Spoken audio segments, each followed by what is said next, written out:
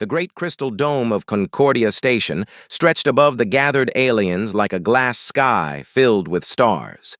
47 different species sat in their special chairs, each one built for their unique bodies. Some had tentacles instead of arms.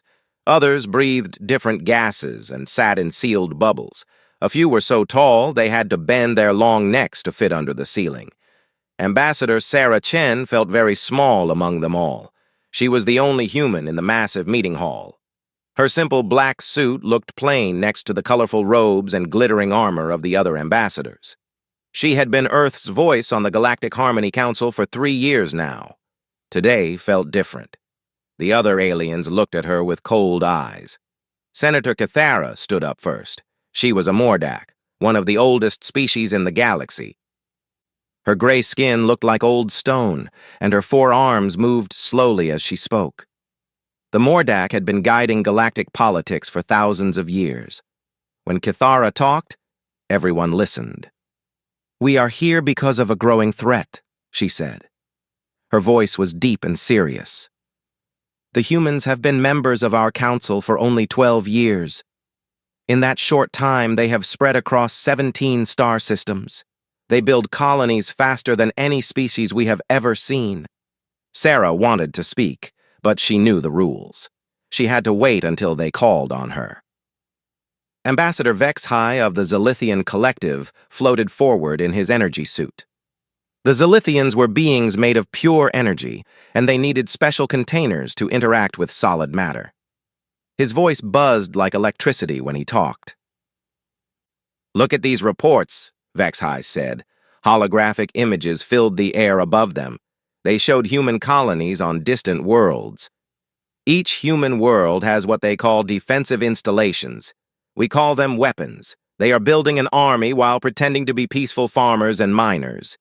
The images showed human ships moving between stars. They showed factories being built on asteroid fields. They showed humans in spacesuits working on large metal structures that looked like space stations. "They refuse our gifts," said the ethereal consciousness of Proxima. This species had no solid body at all. It spoke through a crystal that glowed with soft blue light. "We offered to help them improve their genetics. We could make them live longer, think faster, be stronger. They said no. They want to stay in their weak, short-lived bodies." Sarah felt her heart beating fast. She knew this was not going well for humanity. Dr. Yilnara, a tall, thin alien with purple skin and 6 eyes, stood next. She was the council's expert on how different species think and act. "The human expansion pattern is dangerous," she said, pointing at charts with many colored lines. "Every species that has expanded this quickly has become a threat to galactic peace. Some had to be stopped by force, others destroyed themselves with wars." "They are like a disease," added Commander Thorek of the Hegemony Navy. His species looked like large insects with sharp claws and mandibles that clicked when he talked. They spread from world to world. They change everything they touch. "They do not respect the natural balance." Sarah watched as more aliens nodded their heads or made sounds of agreement. Fear was spreading through the hall like a cold wind. The ancient Senator Cathara raised one of her 4 arms for silence. The hall became quiet. "I have studied the histories of 500 species," she said slowly. "The humans show all the signs of a plague race. They breed too quickly. They expand too fast. They refuse to accept limits. If we do not act now, they will consume the galaxy." Finally, the council president, an enormous slug-like creature named Gorvak the Wise, spoke. His voice was wet and slow. "Ambassador Chen of Earth," he said, "you may now defend your species." Sarah stood up. Her legs felt shaky, but she kept her voice steady. "Honored council members," she began, "humanity seeks only to grow and learn. We build defensive systems because we are new to space and want to protect our families. We expand quickly because we are excited to explore and find new homes. We refuse genetic changes because we believe our diversity makes us strong. Your diversity makes you chaotic," interrupted Senator Cathera. "You cannot even achieve peace on your home world. How can we trust you with the galaxy?" Sarah felt desperate. "Give us more time. Let us prove that we can be good neighbors. We want to learn from you, to work with you." But she could see it in their eyes. They had already decided. The vote was called.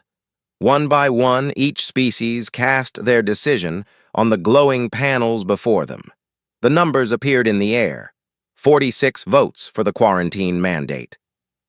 Only the mysterious Voidwalkers chose not to vote. 0 votes against. Sarah felt the blood drain from her face. "What does this mean?" she asked. Senator Cathera's voice was final and cold. "It means that humanity is now isolated. Energy barriers will surround all your worlds. No ships in or out, no trade, no communication with the galaxy. You will stay in your small corner of space until you learn to control your dangerous impulses." "For how long?" Sarah whispered. "Until you evolve beyond your destructive nature," said the ethereal consciousness. "Or until you are no longer a threat to galactic peace." Dr. Yilnara spoke more kindly, but her words were just as harsh. "Most isolated species learn their lesson within 2 years. Some take as long as 5. Your people are smart. I believe you will understand much sooner." As the council session ended, the aliens filed out of the Great Hall. Many looked pleased with themselves. They had saved the galaxy from the human threat. Within months, the humans would be begging to return on the council's terms. Without trade and resources, their rapid expansion would collapse. They would become humble and grateful for any help. Sarah sat alone in the empty hall, looking up at the crystal dome filled with stars. Somewhere out there, her home world of Earth was about to be cut off from everything they had worked so hard to build. But as she sat there, a strange thought came to her mind. The council thought they knew humans. They thought isolation would break humanity's spirit. They had no idea what caged animals could become when they had nothing left to lose. Admiral Zefton stared at the readings on his command screen and frowned. His blue skin darkened to purple when he was confused, and right now he looked almost black. 6 months had passed since the Council put the energy barriers around all human worlds. 6 months since they had cut humanity off from the rest of the galaxy. But something was wrong. "Still no signals from inside the barriers?" he asked his communications officer. "Nothing, sir," replied Lieutenant Kex, her tentacles dancing over the controls. "No distress calls, no requests for help, no surrender messages. Complete silence from all 17 human systems." Admiral Zefton had seen this happen before to other species. The pattern was always the same. First came anger and threats, then desperate attempts to break through the barriers. Finally, humble messages begging for mercy and promising to follow all council rules. But the humans had sent nothing, not one signal in 6 months. Dr. Yilnara arrived on the bridge of the council monitoring ship. Her 6 purple eyes looked worried. She had been studying the human quarantine zones since the barriers went up. "Admiral, I need to see the energy readings from all human systems," she said quickly. "Of course, Doctor." The Admiral called up the data on the main screen.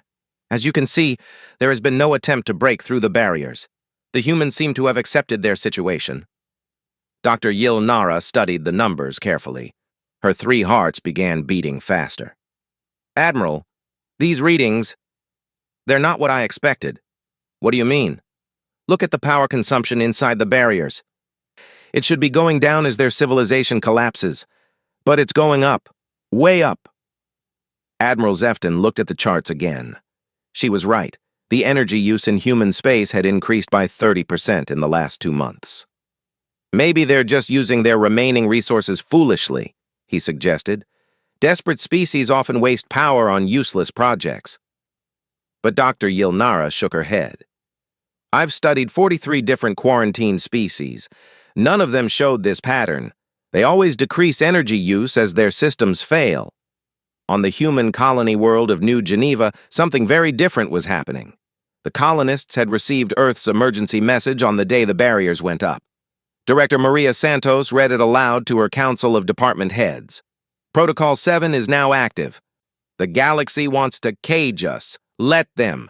Show them what caged animals become when they have nothing left to lose. The message was simple, but everyone understood what it meant. They were on their own now. No help from Earth. No trade with alien worlds. No rescue if things went wrong.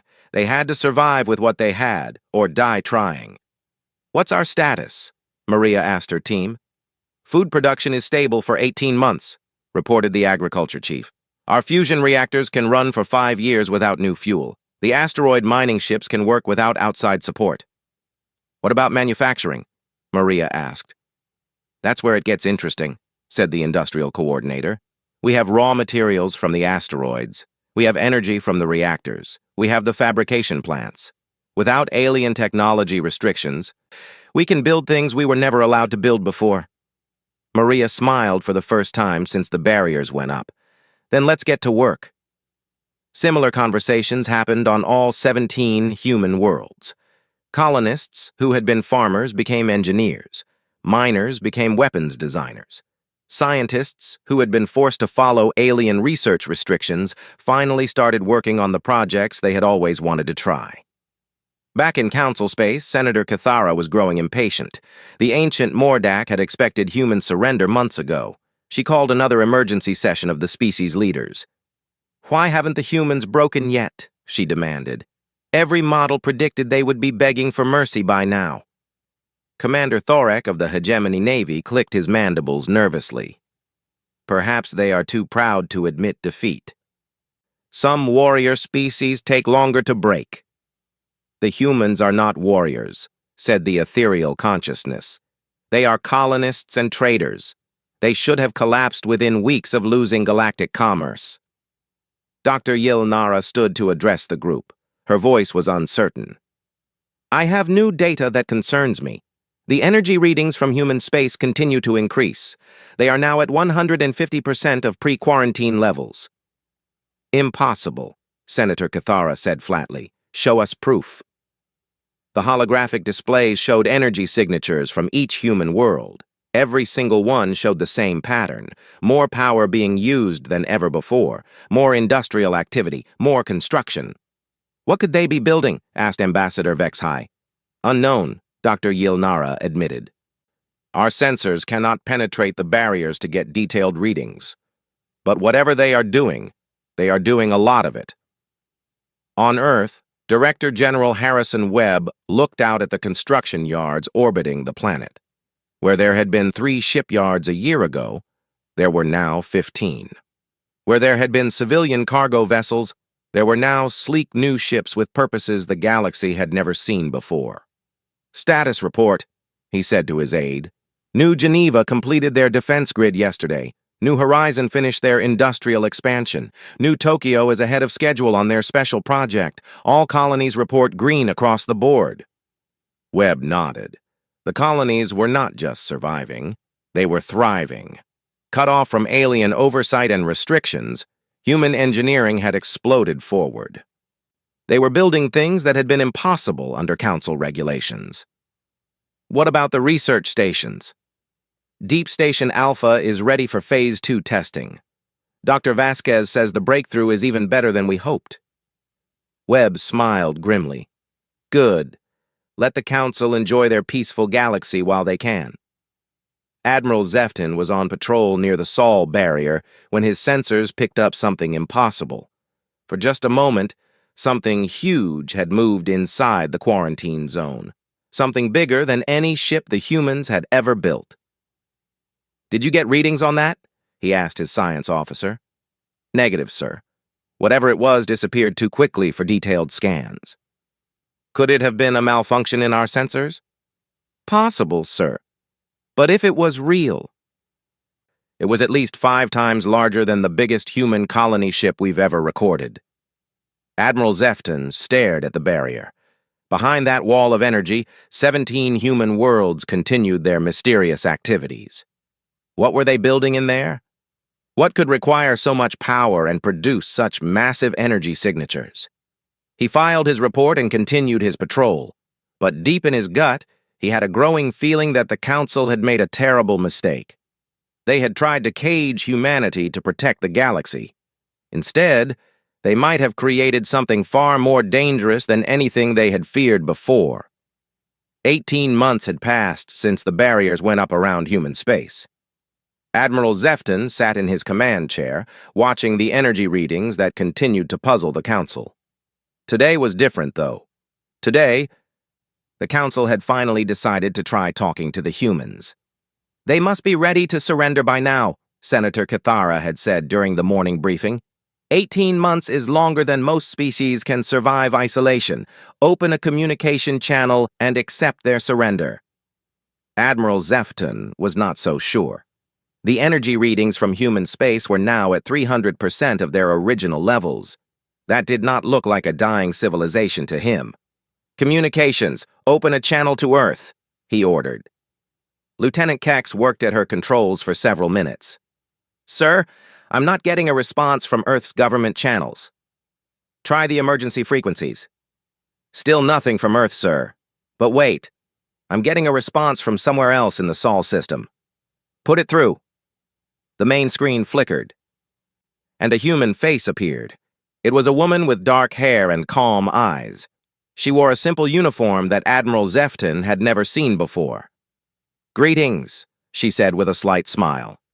"This is Dr. Elena Vasquez speaking from Deep Station Alpha. Thank you for calling." Admiral Zefton was confused. "I was trying to reach Earth's government to discuss surrender terms." Dr. Vasquez laughed softly. "Surrender? Oh, I think there's been a misunderstanding.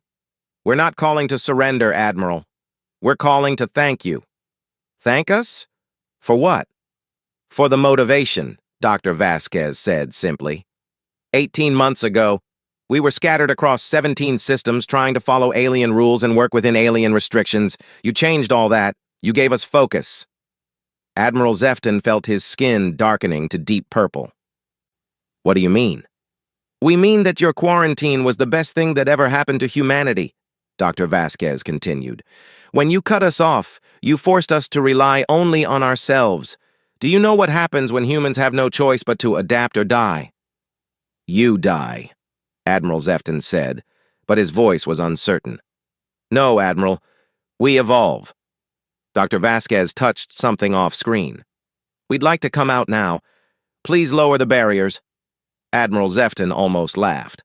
"That's not how this works. You don't make demands. You surrender and accept our terms." Dr. Vasquez sighed. "I was hoping you'd be reasonable." "Very well. Stand by, please." The communication ended. Admiral Zefton stared at the blank screen. "That human thinks they can order us around? After 18 months in isolation?" His science officer suddenly called out in alarm. "Admiral! The barriers around the Sol system are fluctuating." "That's impossible. The barriers are powered by our entire fleet. Humans don't have the technology to affect them." "Sir, they're not attacking the barriers. They're doing something else. I've never seen readings like this." On the main screen, Admiral Zefton watched impossible numbers scroll past. The energy barriers that had taken the combined technology of a dozen alien species to create were being systematically analyzed and dismantled, not broken through with brute force, but carefully taken apart like someone solving a puzzle.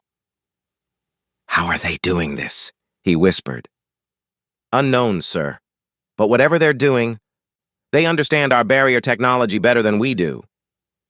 Across 17 star systems, the same thing was happening.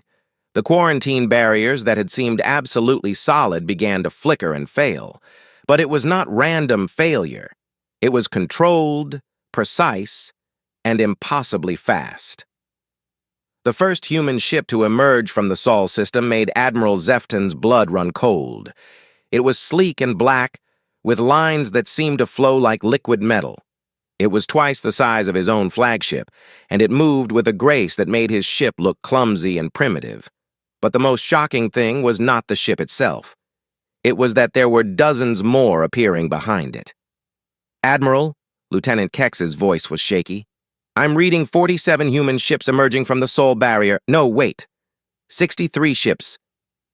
They're still coming. Admiral Zefton had expected to find maybe a handful of desperate human vessels. He was looking at a fleet that outnumbered his patrol group 5-1. The communication channel opened again. This time it was not Dr. Vasquez. It was a human in a military uniform. Admiral Zefton, this is Admiral Sarah Chen of the United Earth Space Command. I believe you remember me from the council hearings 18 months ago. Admiral Zefton did remember. Sarah Chen had been just an ambassador then. Now she commanded a ship that made his vessel look like an old cargo hauler.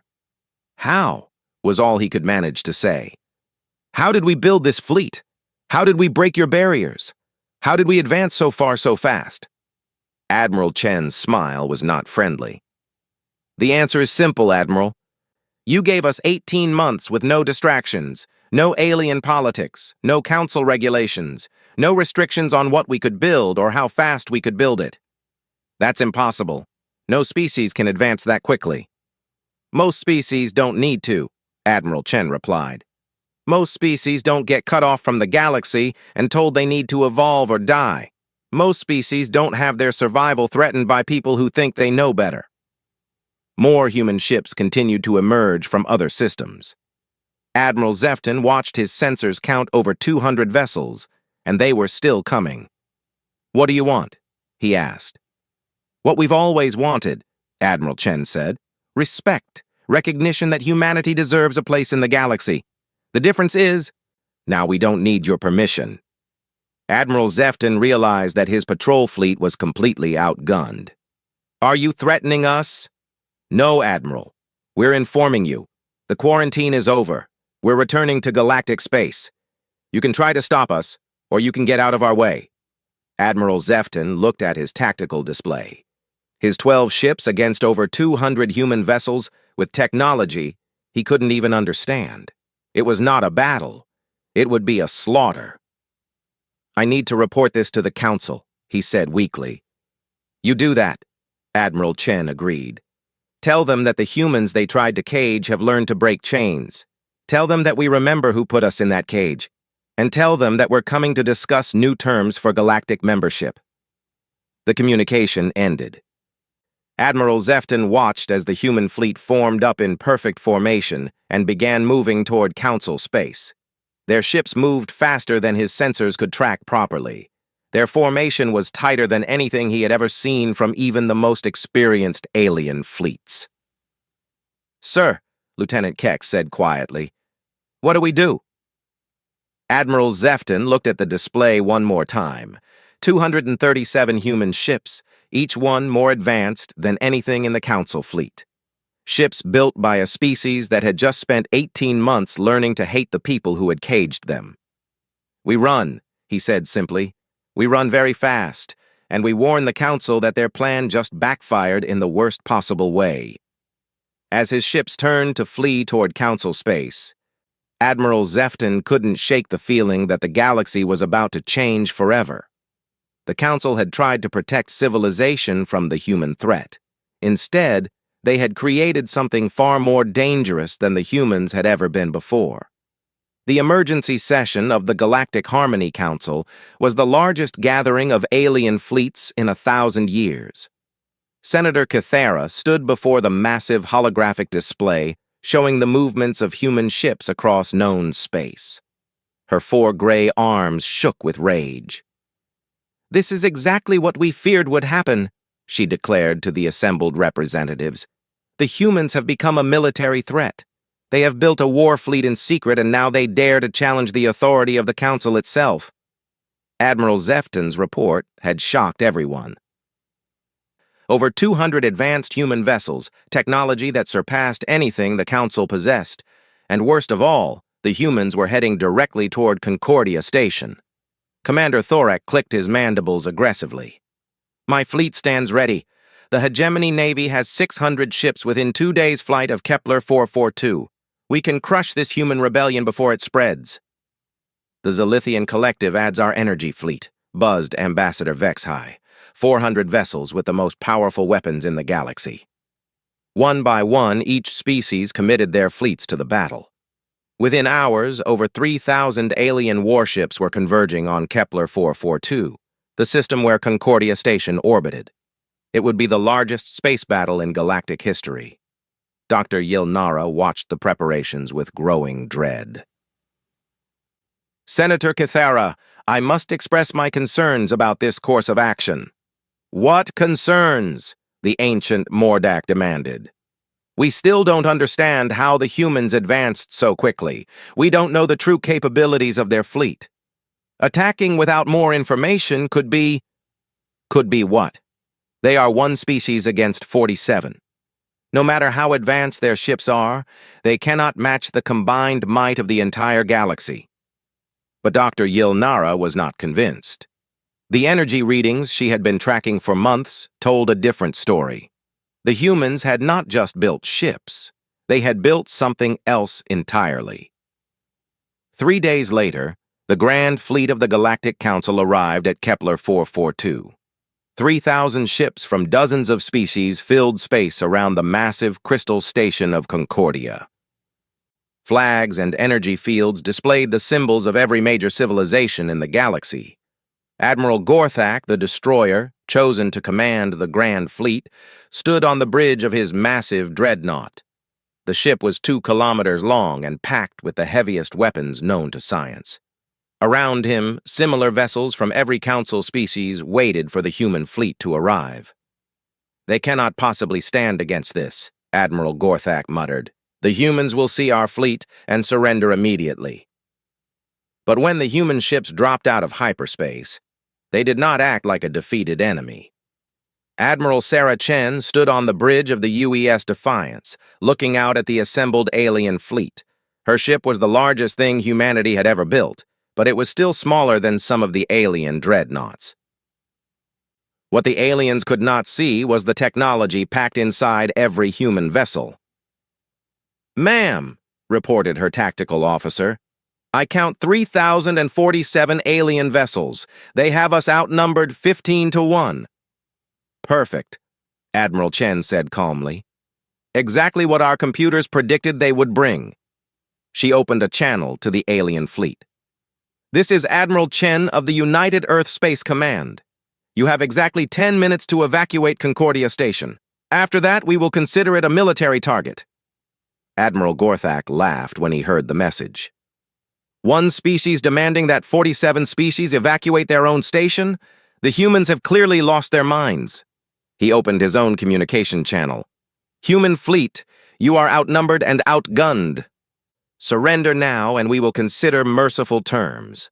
Admiral Chen's response was simple. 8 minutes. "Fine," Admiral Gorthak snarled. "All fleets, attack formation. Show these humans what happens when they challenge the galaxy." The Grand Fleet began to advance. 3,000 ships moving in perfect formation, their weapons charging, their shields at maximum power. It was a sight that had brought entire civilizations to surrender without a single shot being fired. The human fleet did not retreat. Instead, they spread out into a formation that looked almost casual to the alien observers. "They are not even trying to defend themselves properly," Admiral Gorthak observed. "This will be over in minutes." He was right, but not in the way he expected. The first salvo from the Grand Fleet was massive. Energy beams that could crack planets, missiles that could destroy space stations, particle weapons that could boil away atmospheres, enough firepower to sterilize a solar system. None of it reached the human ships. "What just happened?" Admiral Gorthak demanded. His science officer stared at readings that made no sense. "Sir, their defensive systems, they're not just blocking our attacks. They're absorbing them, converting our weapons fire into power for their own systems." Dr. Yilnara, watching from Concordia Station, finally understood what the humans had been doing for 18 months. "They've been studying us," she whispered. "Every weapon we use, every technology we have, they've learned to counter all of it." The human counterattack began 30 seconds later. The Zilithian energy fleet, pride of the collective, simply stopped working. Their ships drifted helpless as their energy systems were somehow turned against them. The hegemony Navy's heavy cruisers found their targeting computers infected with viruses that turned their own weapons on each other. The massive Mordak dreadnoughts discovered that their quantum shields had been hacked by technology that shouldn't have been able to interact with their systems at all. Ship after ship in the Grand Fleet found themselves disabled, not destroyed. The humans were not trying to kill their enemies. They were capturing them. "How are they doing this?" Admiral Gorthak screamed as his own ship's systems began failing around him. Admiral Chen's voice came over the communication channel, calm and professional. 18 months, Admiral. 18 months of studying every piece of technology you ever shared with us. 18 months of learning your weaknesses. 18 months of preparing for exactly this moment. The battle was over in 4 hours. Not a single human ship was lost. Of the 3,000 alien vessels in the Grand Fleet, over 2,000 were captured intact. The rest retreated in panic. Admiral Chen stood on Concordia Station, which had been evacuated but not destroyed. Around her, alien representatives sat in shocked silence. The crystal dome that had once showcased the glory of galactic civilization now looked down on the representatives of defeated species. "Here are our terms," Admiral Chen announced. "First, humanity will no longer be a probationary member of this council. We will be full partners with equal voting rights. Second, the species that voted for quarantine will provide reparations for the damage your isolation caused to human trade and development. Third, Council military forces will be reorganized under joint human command to ensure this kind of aggressive action never happens again."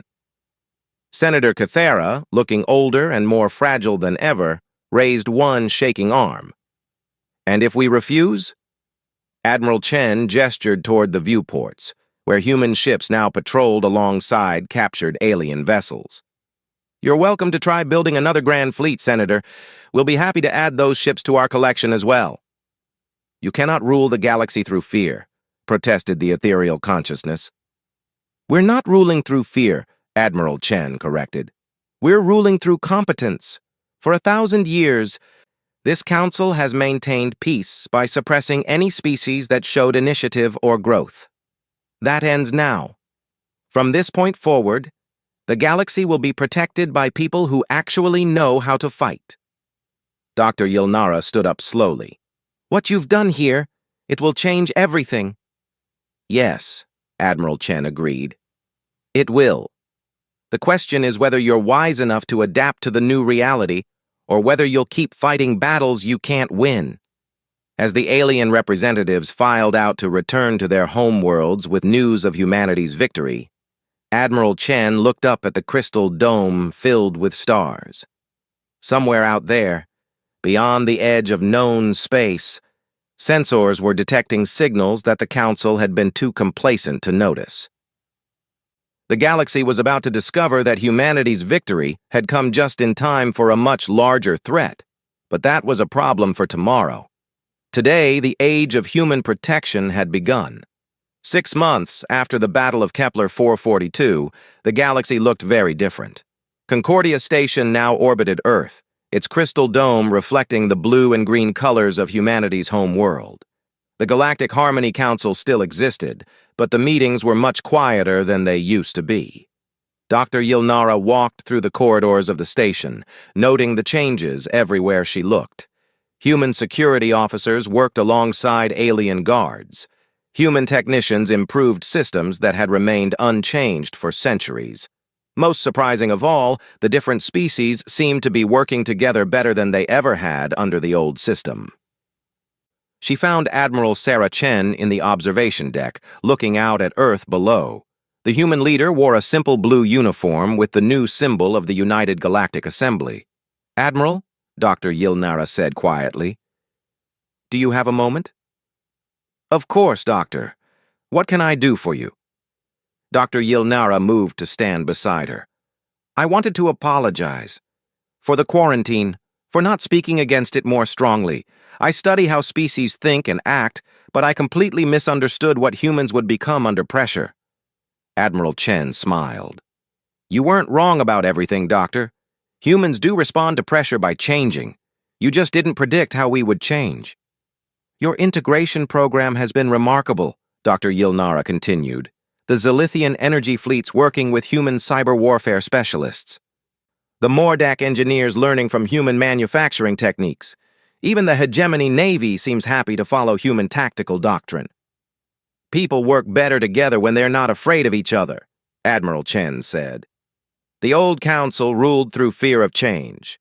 We're trying to rule through hope of improvement. Dr. Yilnara nodded. The trade improvements alone have been extraordinary. Productivity across all member species is up 40%. That's what happens when you stop forbidding technological advancement and start encouraging it. Through the observation deck windows, they could see ships from dozens of different species working together on construction projects around Earth. Where the old council had discouraged cooperation between species, the new assembly actively promoted it. A young human officer approached them. Admiral, you asked me to inform you when the Deep Space Monitoring Station completed its survey. What did they find, Lieutenant? Ma'am, you're going to want to see this in person. Admiral Chen and Dr. Yilnara made their way to the command center, where technicians from 6 different species worked around banks of sensors and computers. The human officer in charge, Commander Rodriguez, looked worried. Ma'am, our deep space arrays have been analyzing the signals that our long-range sensors picked up during the quarantine period. We've confirmed their origin point. A holographic display showed the galaxy with a red marker far beyond the rim of known space. How far? Admiral Chen asked. Approximately 50,000 light-years beyond our furthest settlements. But that's not the concerning part. Show me. Commander Rodriguez manipulated the display, showing signal strength over time. The signals have been getting stronger for over 2,000 years. Whatever's out there has been moving closer very slowly. At current rate of approach, how long until they reach inhabited space? Best estimate? 15 to 20 years? Dr. Yilnara stared at the display in shock. How did the Council never detect this? Their sensor networks were designed to monitor internal threats, Commander Rodriguez explained. They were looking for rebellions and conflicts within known space. They weren't watching for external dangers. Admiral Chen studied the data carefully. What do we know about these signals? They're artificial, definitely from technology. But the engineering principles are completely different from anything we've seen. Whatever built these ships, they don't think like any known species. Ships? Plural? Ma'am, based on signal analysis, we're looking at a fleet of approximately 10,000 vessels, each one roughly the size of our largest space stations. Dr. Yilnara felt her 3 hearts skip beats. An invasion fleet? Unknown, but given the size and the fact that they've been approaching for millennia without any attempt at communication. Admiral Chen was quiet for a long moment. Have you shared this information with the other assembly species? Not yet, ma'am. We wanted your guidance first. Send the data to all assembly members immediately. Call an emergency session for tomorrow morning. As Commander Rodriguez hurried away to carry out the orders, Dr. Yilnara looked at Admiral Chen with new understanding. This is why you've been pushing so hard for military integration, isn't it? You knew something like this was possible. We suspected, Admiral Chen admitted. During our isolation, we had time to really study galactic history. Every time a spacefaring civilization gets comfortable and stops preparing for threats, something comes along to challenge them. The Council had been comfortable for too long. The next morning, the assembly hall was filled with nervous energy. Representatives from all member species looked at the holographic display showing the approaching threat. The room was unusually quiet. Admiral Chen stood to address the gathering. Members of the Assembly, you've all seen the data. We have 15 to 20 years to prepare for the arrival of an unknown fleet that outnumbers our combined forces 2 to 1. Senator Cathara, looking frail but still proud, raised one of her 4 arms. Admiral, the Mordak archives contain references to something like this. Ancient warnings about the ones who walk between stars. We assumed they were myths. The Voidwalker Collective has knowledge of these entities as well, spoke a voice like wind through metal. The mysterious Voidwalkers rarely participated in discussions, but today they seemed eager to share information. We have encountered their kind before, in distant galaxies. They are not interested in communication or coexistence. They consume civilizations. The room erupted in worried voices from dozens of species. Admiral Chen raised her hand for silence. "This is exactly why the quarantine was the best thing that ever happened to us," she said calmly. "The old council would have spent 15 years debating how to respond. They would have formed committees to study the threat. They would have argued about jurisdiction and species rights while the enemy got closer." "What do you propose instead?" asked Ambassador Vexhai. "We do what humans do best," Admiral Chen replied. "We prepare for war. We build the largest, most advanced fleet this galaxy has ever seen. We turn every species' greatest strengths into weapons. And when those ships arrive, we show them that they picked the wrong galaxy to invade." Commander Thorek clicked his mandibles approvingly. "The Hegemony Navy will contribute all our shipyards to the effort. The Zilithian Collective offers our energy weapon technology," buzzed Ambassador Vexhai. One by one, each species pledged their resources to the defense effort. Dr. Yilnara watched in amazement as the same aliens who had voted to quarantine humanity now eagerly followed human leadership. "There's something else you should know," Admiral Chen continued. "Our analysis suggests that these invaders have been watching our galaxy for a long time. They waited until they thought we were weak and divided. The old council system would have been perfect for them to defeat." She gestured toward the United Assembly. "But they're not going to find the galaxy they expected. They're going to find a united civilization under human protection. They're going to find species that learn to work together under pressure. They're going to find defenders who know exactly how to fight against superior numbers." As the Assembly members filed out to begin preparations, the ancient Voidwalker representative approached Admiral Chen. "Human leader," it said, in its strange, wind-like voice. "We abstained from the quarantine vote because we recognized what you truly were." And what was that? The solution to a problem this galaxy did not yet know it had. The Council thought they were protecting civilization from human aggression.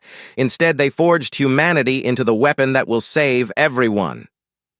Admiral Chen looked out through the crystal dome at the ships of 100 species working together in Earth's orbit. Senator Kithara was right about one thing. Humans do spread like a plague, but she was wrong about what kind of plague we are. "What do you mean?" "We're not a plague that destroys civilizations," Admiral Chen said with a slight smile. "We're a plague that makes civilizations stronger. We're immunity against the real diseases that threaten the galaxy." On a small memorial wall near the assembly chambers, someone had installed a simple plaque. It read, "To the Galactic Harmony Council, whose wisdom in recognizing humanity's potential was exceeded only by their insight into the galaxy's needs. Sometimes the best way to create a guardian is to show them exactly what they need to guard against." Below that, in smaller letters, "The Council turned against Earth and signed its own ruin, but in doing so, they also signed the galaxy's salvation." 15 years later, when the invasion fleet finally arrived, they found something completely different from what they had expected. Instead of a divided galaxy of weak, squabbling species, they encountered a united force under human command that had spent over a decade preparing for their arrival.